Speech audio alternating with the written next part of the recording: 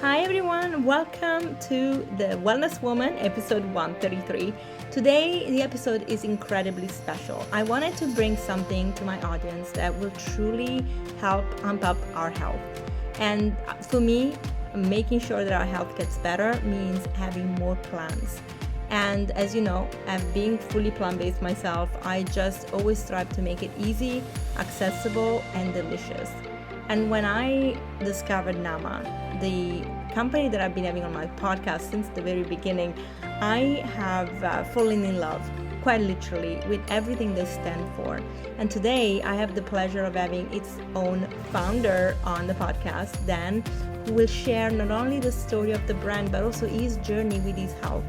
And you know, I always think that you are more purposeful and you have more to give when you've gone through something, because what inspires us is something we lived.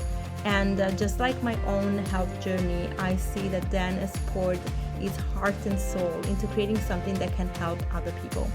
So I cannot wait to dive into this conversation. If you're watching on YouTube, you will also see all the range of Nama products behind Dan. It will show also how they work, as well as the images that are here in the intro. And you can already see how beautiful these machines are. They truly are not only an upgrade for your health, but also for your kitchen, because they are so wonderful. You want to just keep them on the counter to show people how beautiful they are and they look. So guys, I am so excited to get into this conversation, and let's buckle up. Welcome, Dan. Hi, Dan. Thank you so much for joining me on the Wellness Woman today. How are you? Fantastic. Thank you. How are you, Chantal? I'm good. I'm really excited to speak to you because I've been asking the team if this could be possible since I found out about Nama in 2022. And Oh, wow. yes, and it took a while, but I had the chance obviously to get myself using the J2, and I use it religiously. It's one of the best juicers ever. Then I found out that you have a very interesting story, and I thought, you know what, this is so inspiring. And aside from talking about the brand, which of course is something I love, and I wanted to bring you on also because as part of the Wellness Woman, as an affiliate, I actually truly promote it because I personally use it and believe into it. I love your story. And so before we get into actually the brand, the machine, the thought behind the product, I would love for you to share a little bit more about your journey with your health and why you actually thought about creating this wonderful company. Sure. Thank you. Thank you for having me on your podcast today, and thank you for giving me the opportunity to share my story. Um, there is a bit of an article that I wrote on our website that's available, but I think for me, really looking back, and I just this summer I will turn 62. So I've led a very long life. I've had a lot of adventures along the way, as many people have, and a lot of bumps and bruises. But I think for me, you're young and you're carefree and you're not really thinking so much about your health. But I guess I was fortunate in a way that in my 20s I was having some not heart issues, but I was having like accelerated heart rate and Or tachycardia? yeah, exactly. And so it caused me to kind of think about my lifestyle a little bit and make some adjustments, lose some weight, maybe focus a little bit more on health. And then as I moved in through my 30s, um, I really got into fitness. So I really started to kind of balance my extreme work lifestyle because I was very focused on work and making money and traveling and building a business and all of those things. But I also leaned into health and I got really into running marathons, and then culminated when I turned 40 with doing an Ironman. So was really fit and really started to get to know my body. I think really learning about how my body works and my body responded, and I kind of really loved that. And kind of at that same time, it also kind of caused a shift in my thinking about, okay, how do I, for turning 40, hopefully I have another 40 plus years of my life, but really I'm in the second half of my life. How do I want that to look and feel? And it did cause a lot of shift and changes in the way that I wanted the rest of my life to be. And changed a number of things and kind of really leaned into plant medicine and plant food and eating more plants. And that's when I seriously got into juicing. Living in LA, really kind of surrounded by that culture. And around that same time, a company called Huron launched their first juicer. Also around that same time, a guy named Joe Cross came out with kind of the first documentary about juicing, just at the time that Netflix was just starting, and so that became a phenomenon. Um, I really loved Huron's technology. I had a business that was selling products to big retailers like Costco and Target and Walmart, and I kind of thought, oh, maybe we could sell a juicer to those guys. And I did approach Huron way back in like 2010 about doing something together. And well, no, we're doing our own. Anyway, long story short, it didn't pan out, and I kind of shelved that idea.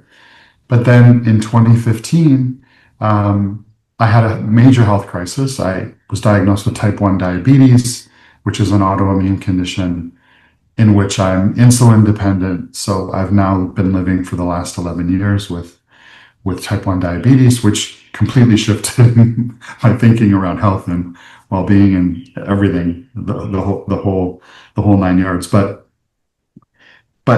that kind of opened up this whole new realm of possibility of what the rest of my life could look like. And I think I really leaned into the notion of legacy and how I really wanted to try to do something that was for the greater good, not just for maybe my personal benefit or the benefit of my family. And so it was that shift that ultimately led to my partnership with Joe and with my other business partners to really create Nama and do it in a way that was very different from how I'd done business in the past, and really trying to give back and really trying to help improve the health of many versus improving the health of myself.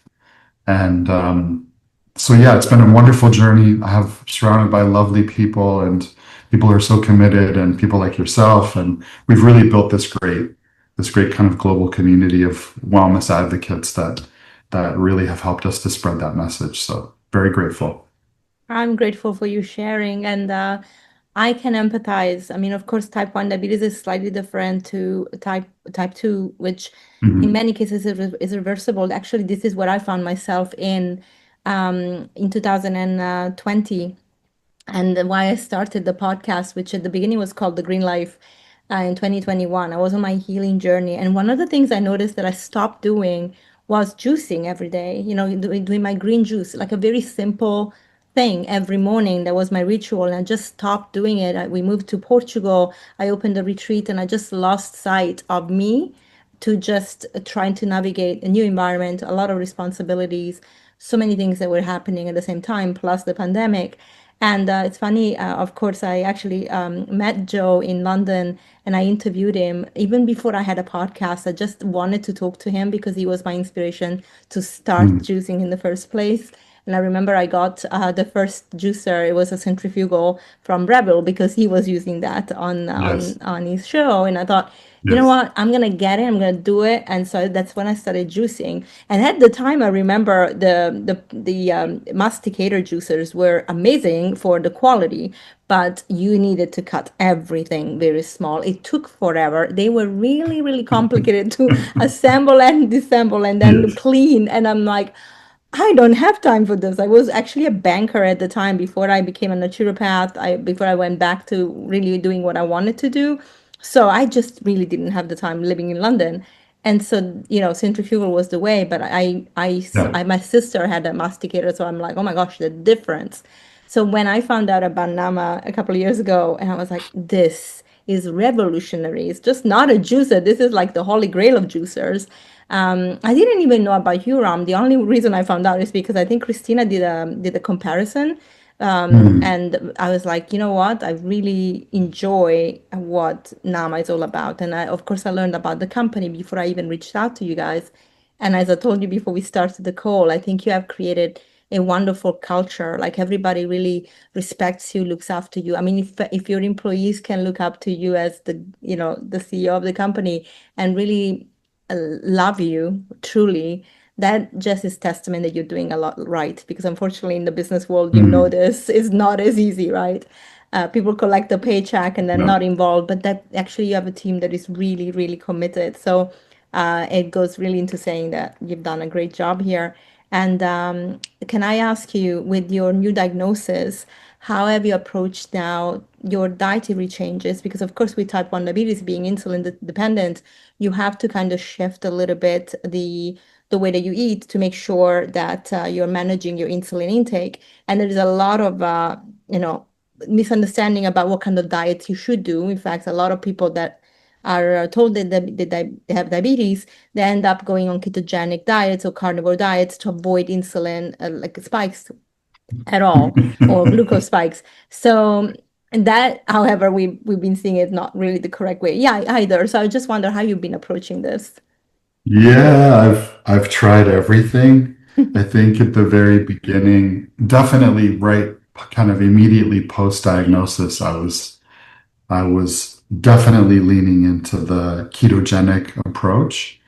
And while it may work in the short term, I think there's lots of downstream impacts and potentially negative impacts. And it's very difficult to sustain. So I quickly pivoted, and that's really where I truly believe that leaning into a more plant-based lifestyle is really the key. And I think everything in moderation. I'm not perfect. Many of us aren't perfect. Hopefully, I think we're imperfect beings, but I think just committing to leading a more plant-forward lifestyle and eating a huge diversity of fruits, vegetables, nuts, seeds, grains, plant product has really helped me. I think just in general with my health. If when I measure, and I do measure regularly my blood markers, and I have over the years, they're really kind of top level in the sense of cholesterol and inflammation markers, and I mean all of my markers are quite good, and I feel great. I have a lot of energy, but I think definitely just the plants. Just you can't go wrong with the plants. And then to managing type 1, the biggest impact besides diet is exercise. Mhm. So obviously our muscles store a lot of glycogen, the byproduct of glucose. And so we use that for energy production. So exercising does help burn off a lot of that excess glucose in my blood, and it's just so noticeable. So because I wear a continuous glucose monitor, I'm tracking it. It never is out of my thought for even a moment. I mean, I'm constantly thinking about balancing my diet, my exercise, my energy needs, and my food intake, and my insulin, the insulin that I have to inject. So it's a constant balancing act, 24/7, 365. It's never out of your consciousness, which is good, but it's also sometimes An undertaking. draining. Yeah. It's a big undertaking, but I think it really forces you to be extremely conscious at all times, which is a good thing. Mm. Yeah, I hear Yeah. you. And again, I empathize because it's true that you have to become a mathematician while you do this, always to like know what you're doing and being aware. But sometimes these things happen to really bring us to the next level. Like in your case, I think your own journey obviously prompted you to create something that can help other Yeah. people, if anything, to get more plants into their body. Because I think a lot of people are in like just deficient in fiber to begin with, which is something we're going to talk about because I would love you to explain what the difference between a juice and a smoothie would be and the benefits of Yes. both, because I think people Yeah. are under I see a lot of actually even scientists that say juicing is not a good thing because you remove the fiber, but that's not entirely correct. So I love for us to even talk about that as we talk about fiber. But yeah, I think, what happened really prompted you to create such an amazing venture. And so, sometimes you have to look at these things that happen to us as blessings, because I really wouldn't be what I am either if I didn't have my health crisis. So I'm very Yeah. grateful for everything that has happened to me. Yes. No, it is truly a blessing, and I do look at it as a gift. And you know, you there's a certain element of resilience, obviously. Like you can choose to let it own you, or you can choose to try to own it and take responsibility and move forward. And I would like to think that there's really great things that can come from adversity. Yeah, it's about just the framing and how we choose to embrace that challenge and move forward. And hopefully through by sharing my story, hopefully that inspires others to think about things or maybe adversity in a different light. Completely. So when you started Nama and you sat down and you're like, okay, we're gonna have this plan, we're gonna put it together, and obviously the product creation is a big component of it to try and create something that is sturdy, helpful, easy to use, easy to clean, and not time consuming like the old masticators. What was your thought process? How did you delve into it, and what was your inspiration to create the designs that you have? Yeah, literally, we started. So Joe and I met in 2016, and then we kind of spent about a year or so getting to know each other and kind of helping to formulate what the business could look like. But really, from 2017 onwards, we were envisioning a better juicer, and what that product could look like. And when we first shared our idea of what we were hoping to achieve with the J2 juicer, when we shared that idea with Huron, they said, impossible, can't make it. What you're asking us to do by having the big size opening, no, impossible, not cannot be made, can't be done. Okay. But we kept pushing, we kept discussing. It took a lot of travel back and forth between myself and going to Korea and other people on my team. But we really believed in this notion because the biggest pain point that we heard from consumers time and time again was time. Time was so precious. Time was so precious. And everyone loved the notion of drinking fresh juice in the morning or whatever time of day worked best for them. But it was just the thought of making juice and the cutting and the prepping and the feeding it piece by piece and the pushing it in through the machine and cleaning the machine after. And it was just overwhelming. It was too much for folks to even consider. So they didn't juice. So, what is the best juicer? The best juicer is the one that you use. So I'm model agnostic, brand agnostic. I just want people to juice. If they choose to juice from Nama, great.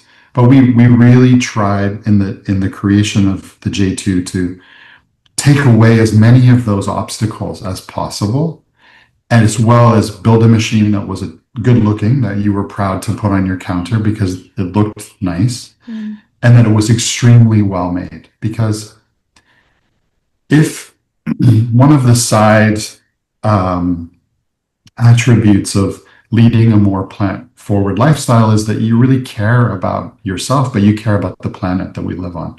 We only have one home. It's called Earth. And we need to take care of this planet. And so by eating a more plant forward lifestyle, you're doing something good for the planet, not only good for yourself.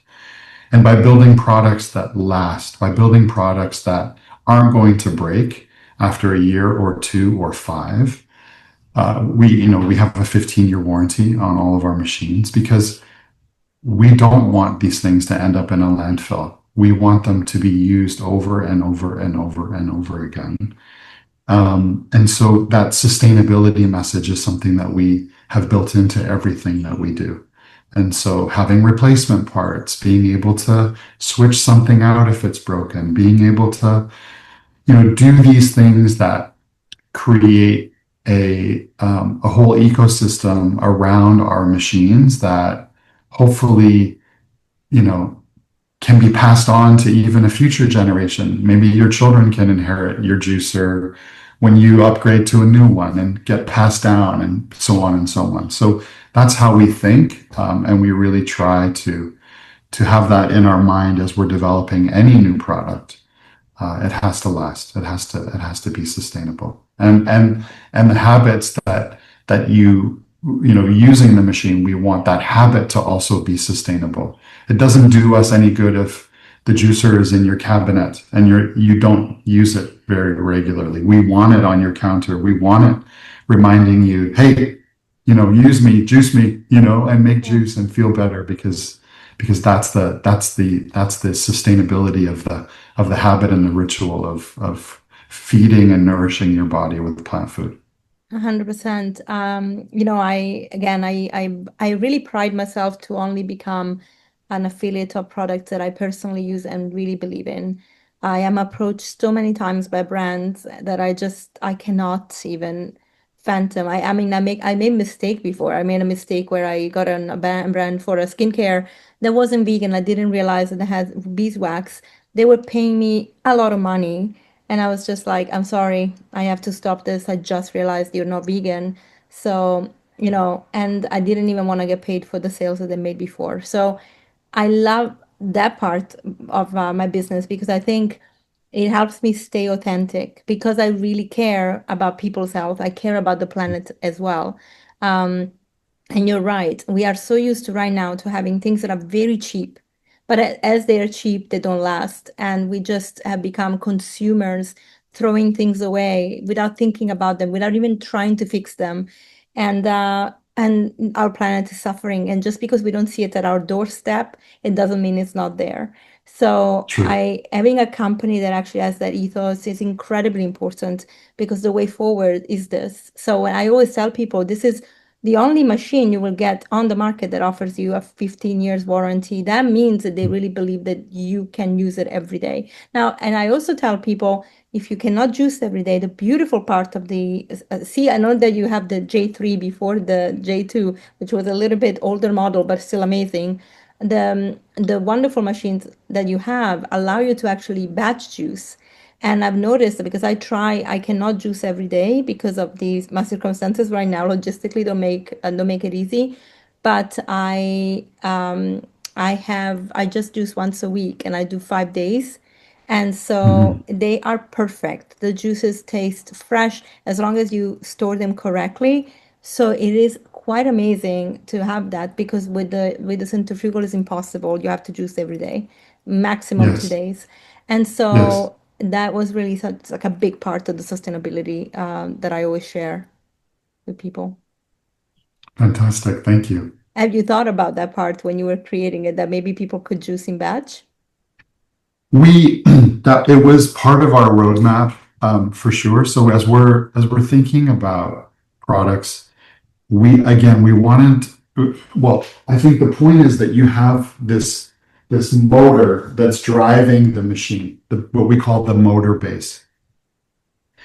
And so again, what else can you use that machine for so that you don't have to manufacture or purchase another machine? So how can we make it as adaptable as possible? Again, to enhance that sustainability story. So we wanted to create a system of products that could work around the juicer. So the sorbet to be able to use frozen fruits and to make beautiful desserts, or to be able to, um, for folks who really love citrus, we created the citrus attachment. So you can remove the top part of the juicer and you can put the citrus juicer on there, and just for people who just love to juice citrus. So, just different accessories, the batch juicing, large pitcher and strainer. So everything works together as a system, as an ecosystem to, again, help encourage the habit of juicing regularly. And obviously, if you juice, you'll consume it, you'll feel better, you'll be a better person, et cetera, et cetera. So I think that was always part of the idea. And so after we launched in 2021, then we followed that up with a number of other accessories to help in that journey and make it easier for people to create the habit. Amazing.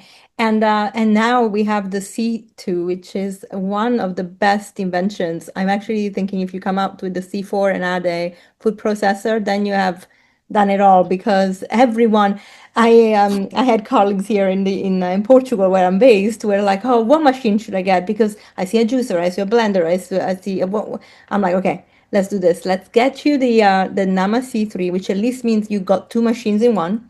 It's the juicer and the blender. And then if you need a food processor, we can look at that. I am pushing it to wait if you can put an attachment. But basically that they love it because they're like, oh my gosh. And what I love is that the blender is as powerful and very helpful as the Vitamix because Vitamix has a Yes, great reputation for being like the yes. horsepower of KitchenAid. And honestly, when I tried the C3 when my friend received it, I was blown away. I was like, this machine is amazing. I said Mm. to her, I don't even think you need a food processor right now because we made truffles in there and they worked great. And the picture is Yes. wide, which is nice, so you can actually get everything out. It's really Mhm. powerful. You can warm up soups in there. I mean, I can see Yeah. it behind you. There you go. That's the beauty. And it's great. And I think that was such a smart idea to make that.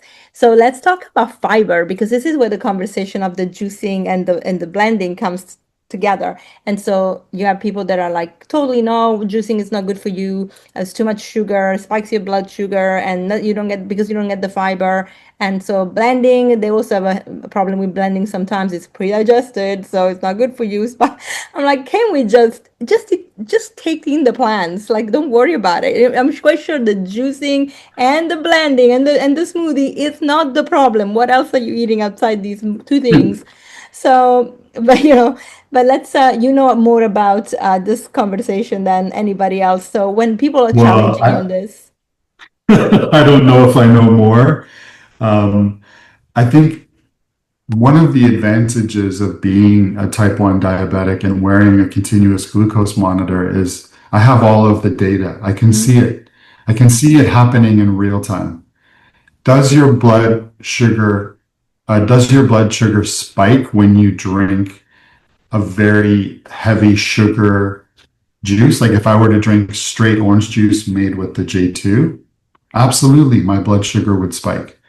But just as it goes up, it also comes down really fast. So is that a bad thing? It's interesting. And I think everyone has their own opinion. Health and nutrition and social media, all of it, kind of collides in all of these little sound bites of things that and as a brand and as a company, we just remain silent. We Mm. just stay focused on the eat more plants. So there are an incredible amounts of benefits of juicing. Number one, if you, it's funny when I see on social media, people prepping for juicing. They have this big metal bowl of all of their apples and their cucumbers and their celery and their all of those things. Okay, are you going to eat all that? Like if you had to sit down as a meal and eat it to get all of the fiber, would you actually do that?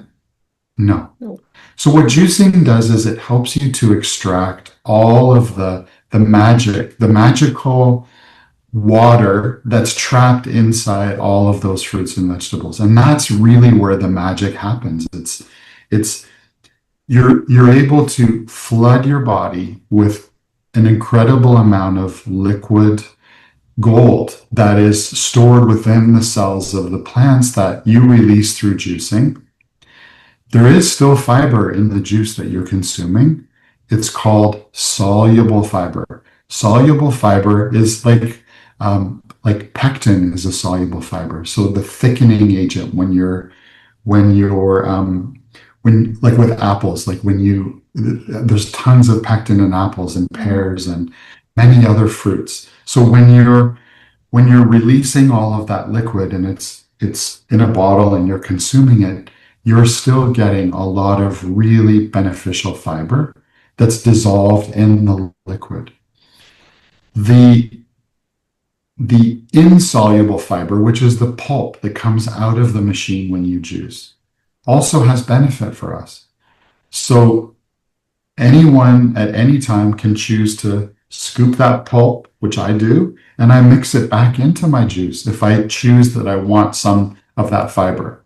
What is that fiber? That fiber doesn't get absorbed by our body. The pulp fiber or the insoluble fiber doesn't get absorbed by it passes through our bodies, but it does help flush our intestines and our colon and all of those things and make all of that work properly, which is great too. So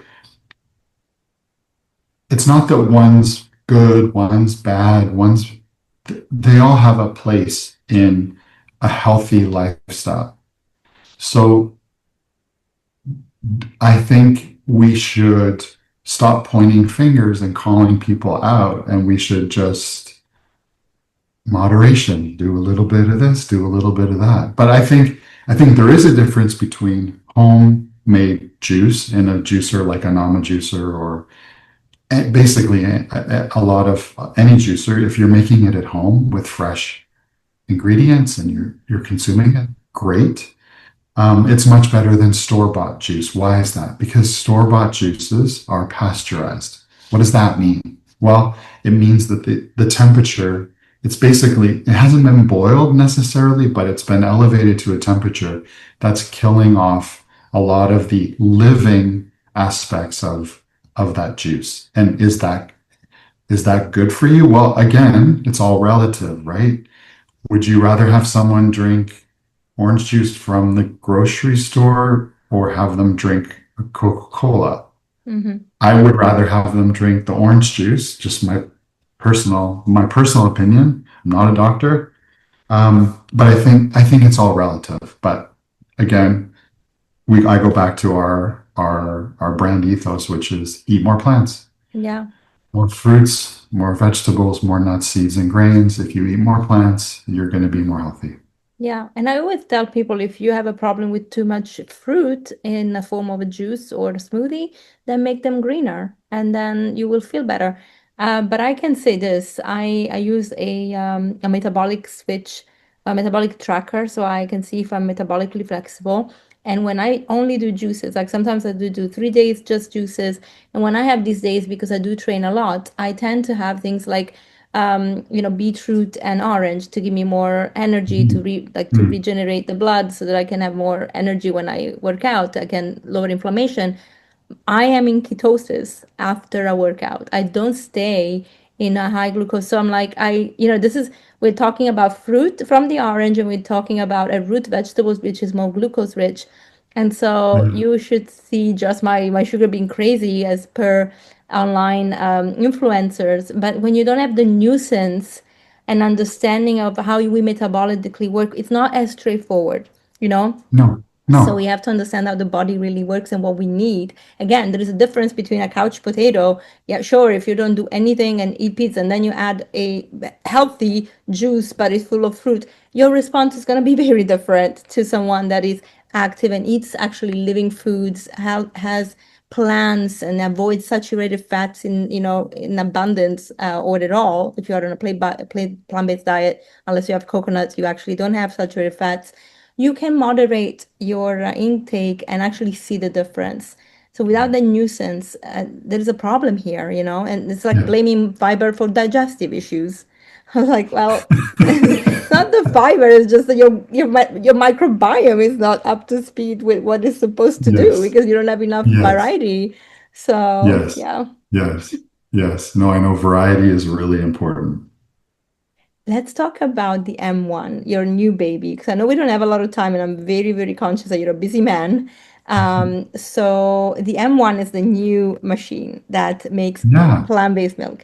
And before, Yes. for those that are watching on YouTube, I will show something so they can see it. I have two brands here that I found in Portugal. I don't know if they have them in the UK, but one is Root Health and the other one is Joya. Joya is from Mm. Austria, I believe, and Root Health is from the UK. So Root Health, here I have a pretty clean milk here. So the ingredients are very simple. It's water, cashews, and sea salt. So by definition, this is not a bad drink, the Right. ingredients very clean. But then you look at the amount of cashews in here. So this is a liter. There's 4%, 4% cashews. So it's basically 4%. I was going to guess two because really usual store-bought milks are 2% nuts. okay. This is a That's prime brand, so you will get 2% more. Oh, this is water with a little bit yeah, of cashew in it, basically. exactly.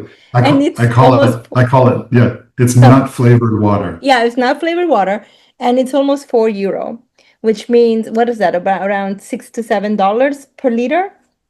Yeah, maybe 5 US per liter. Yeah, Okay. yeah, yeah. So, so that's pretty, it's a lot. It's a big, expensive liter.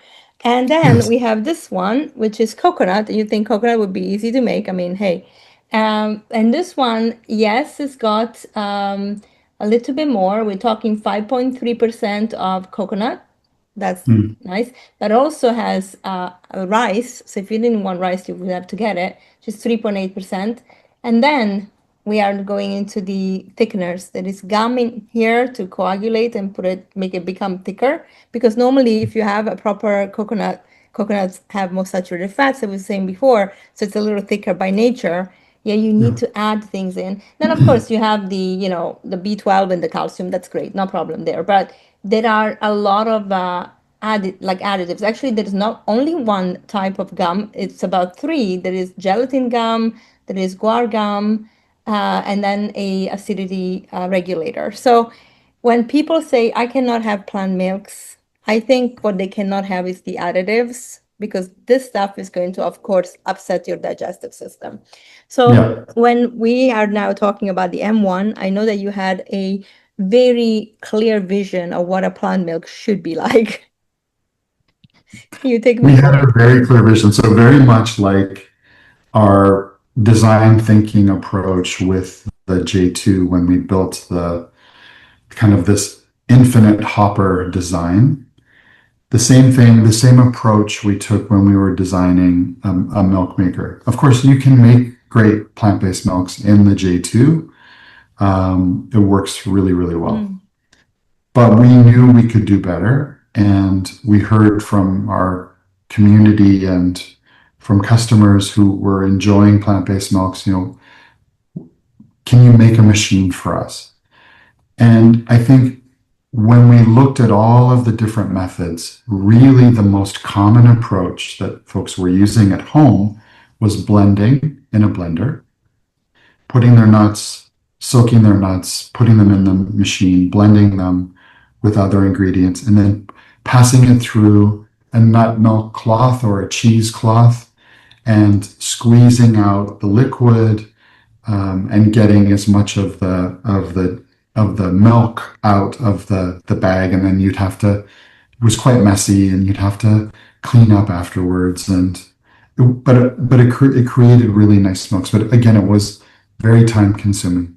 So unless it was a commitment, let's put it that way. So if you were willing to do that, then great, you got a great quality milk. So that was our benchmark. Our benchmark was that quality of milk end result. Because again, when you drink the milk, you don't want it to get caught in your throat. You don't want to have those chunks. You don't want to have chalkiness. You want it to actually have a great feeling in your mouth as you're swallowing and mm, enjoying it. So that was our benchmark. And so we tried to recreate that same process, blending and straining or blending and filtering all in one step. And so with this machine, inside we have the blender blades, and then we have a very fine stainless steel mesh strainer. So the blender blades rest inside, and so you put all of the ingredients in here, nuts, seeds, grains, whatever type of milk you're making, maybe some kind of sweetener, pinch of sea salt, I tend to use dates as my sweetener, but you can use maple syrup or agave or whatever your choice is. You put it in the machine. You add maybe 750 mils of water, and you press start. When you run the machine, it will blend for about a minute, and then when you release the milk from the machine, it triggers a countdown clock that goes from 10 seconds down to zero, and then the machine starts spinning. So, like in your washing machine, the spin cycle gets all the water out of your clothing. All of the liquid comes and separates from the pulp, so that when the cycle is finished, all that you're left with inside here is the remaining pulp. So we started the conversation by saying it was 4% nuts, Mm. 4% cashews, 96% water. Mhm. When you say it that way, 96% of that. So, which means that 960 mils of the 1000 mils in that jug is water, Mhm. right? There's only 40 milligram or 40 grams of nuts. Okay. With our machine, typically, and again, it varies depending on the nut. Cashews, actually, you can get more into the liquid, but you're looking at somewhere between 15 and 20%, sometimes even more of the volume of your milk is actual the nuts that you put in. So you're getting way more bang for your buck, theoretically, in that sense. And you have a much creamier milk because there's more nuts in the liquid versus something that you buy from the store. So that's why people love the creaminess, the real Foamy. thick, yeah, the thick texture. And you are, yeah, you can make barista, quality creaminess, and instead of having to add things like oils to make a foam, like a lot now all the barista options in the market, now they started using oil, and it's which again, nothing against oils, no problem with the seed oils. This is not a seed oil against panel at all, but it's added calories that you don't necessarily need, and you can just have the whole fats from the fruit that you're using, from the nuts that you're using, and not having to worry, about extras. That in a way you can save those calories for like a meal that you have later. It's just a nicer way to think about you have control and agency over the products that you use and the ingredients that you choose to have. Exactly. And that's really what it's about. It's about taking the power back. You know, these big food companies, for the most part, are building products for distribution, to travel very long distances, to be able to sit on a shelf for months, if not a year or more, with some of these things that are in the Tetra packs. They're built for logistics. They're built for transportation. They're not built for our bodies. So take the control back. It's so easy to make your own plant-based milks at home and use those in your coffee, use those in your cereal, use those in your baking.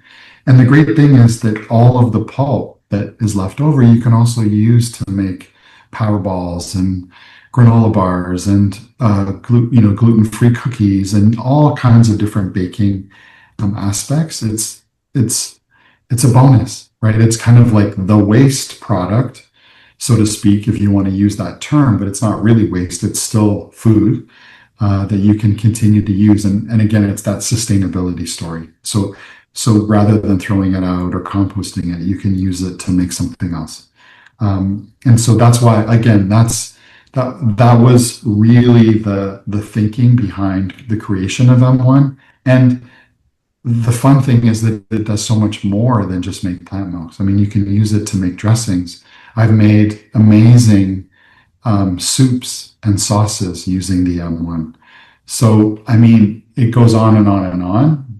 What you can do with a blender and strainer. I've even done infused olive oil. So you can roast garlic, and then put it inside. here, fill the machine with olive oil and make an infused olive oil. So because that sieve, that strainer takes away all of the particulate matter. Mm. So all that you're left with is the flavor or the essence of the garlic that's now in the olive oil. I need to get myself an M1. Okay. So now you sold me on We it. can arrange, we can arrange I that. also have to say, at the beginning, we talked about sustainability being very important.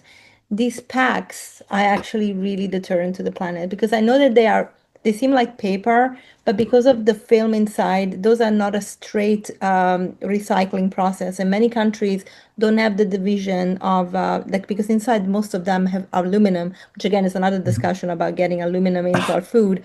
But, they don't get separated. So in the end, you might put them in the recycling bin, but they don't get recycled, and so you Mhm. end up having more on the landfill. I think we just don't really have the awareness, the education to think about these little details. But when you start Mhm. thinking about them, it's impossible not to become conscious and feel bad that you have to like you're actually contributing to this.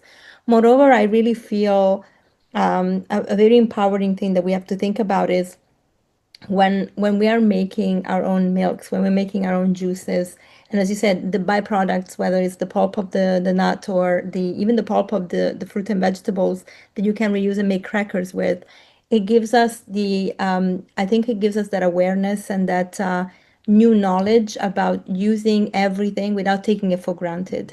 Because we also become very disconnected from our food supply, unless some of us are lucky to have gardens and greenhouses and farms or whatever, and we can grow it and we see the effort that goes into growing our food. But most of us go to the supermarket and buy food there. And I mean, in Portugal, I've noticed this trend, which I honestly do not know. I'm trying to tackle by educating people about this. So many people have orange trees, I mean, in abundance, but they Mhm. will go and buy the oranges in the supermarket rather than pick them off of the tree. And I'm just like, what is going on? So sometimes I look like a thief because I have them in my farm, but I don't always have the oranges. But my neighbor might have a different tree with oranges, and they just let them rot. And I'm just climbing up the trees and getting them as much as I can. And I'm like, I'm sorry, I'm not stealing, but like you're wasting this. I can't. Yeah, yeah, I We know. have to Well, become. what I find too is that because I have an orchard where we have apples and pears and a whole bunch of different fruit trees, and the fruit doesn't look like the same fruit as in the grocery store or in the farmer's market. And what so sometimes people will look at it and say, well, it's not perfectly round. There's a little spot on the skin. That's called nature. Yes. Right?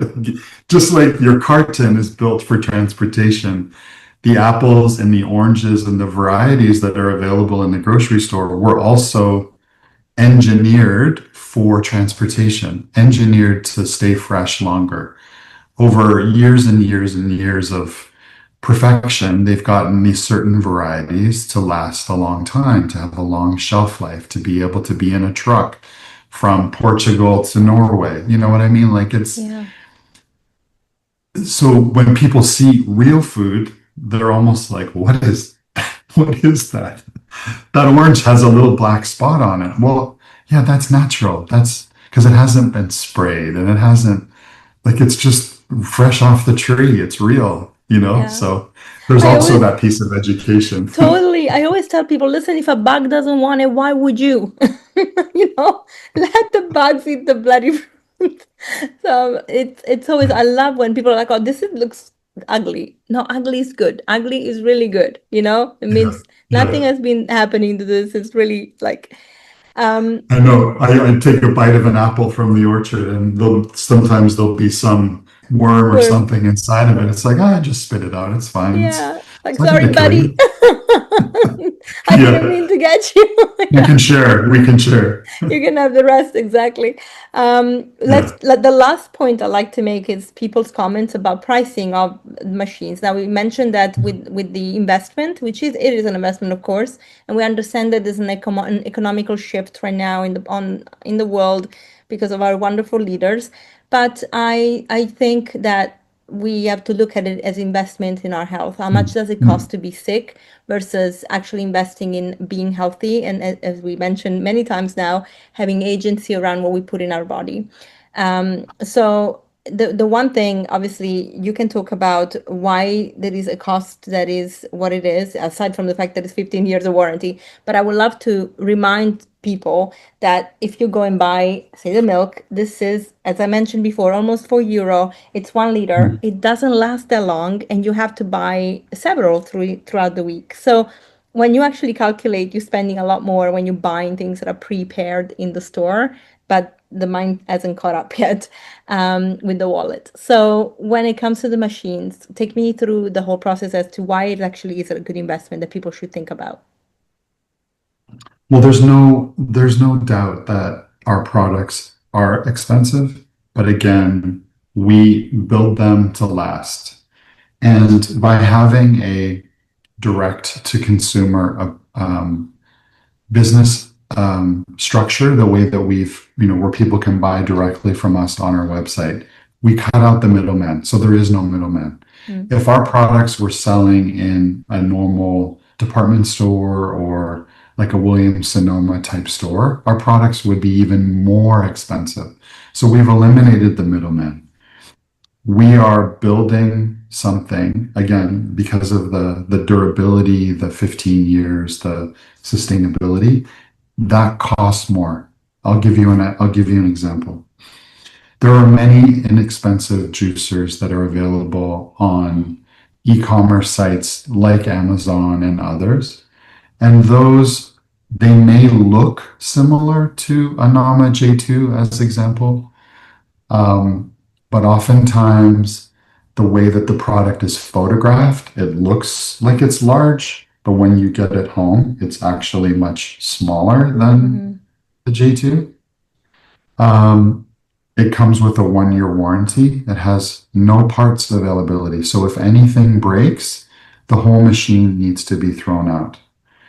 But if I were to, um, well, I go to trade shows. I travel all over the world. I go to China. I go to all over Southeast Asia, Korea, etc. And these people approach us. You should buy our machine. Nama can sell our machine. Some of these machines are 1/10 of the cost of manufacture of our product. And they're literally, I don't like to use the word, well, I shouldn't use the word. I'll be more kind, but they're just so poorly made.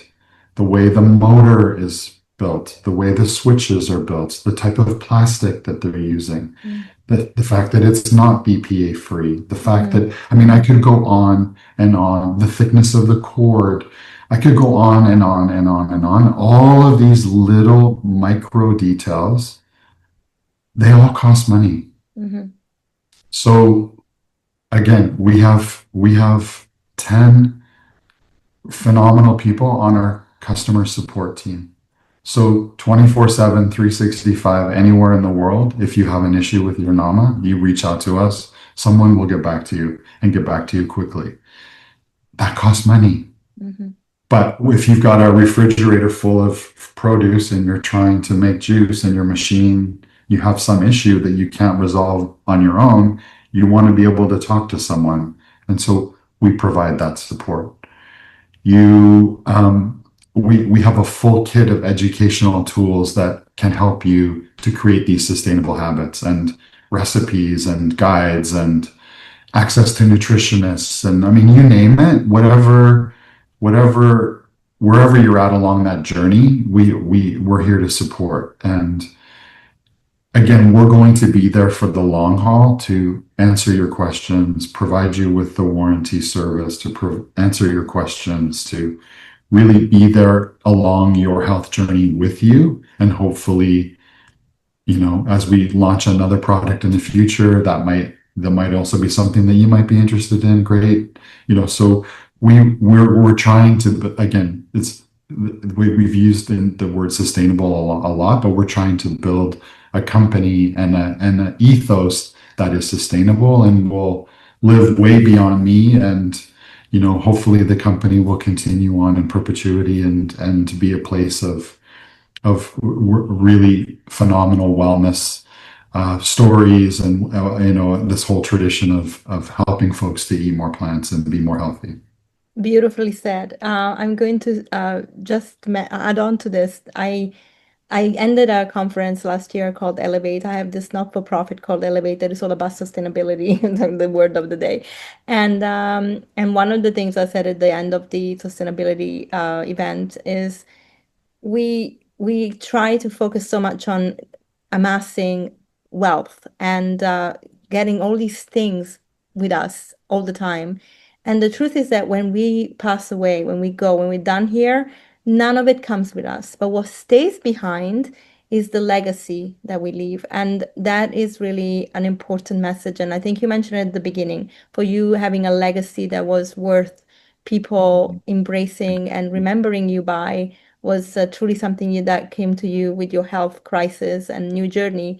And I really think that you have definitely infused the brand that you created with that ethos and the message. And again, I would not be such a fan if I really didn't believe in it. But everything that you guys put out, from the details of the boxes, not even just the machine, the details of the boxes. I mean, I never keep boxes. I recycle them. But the Nama box, I'm like, this is a piece of art to staying.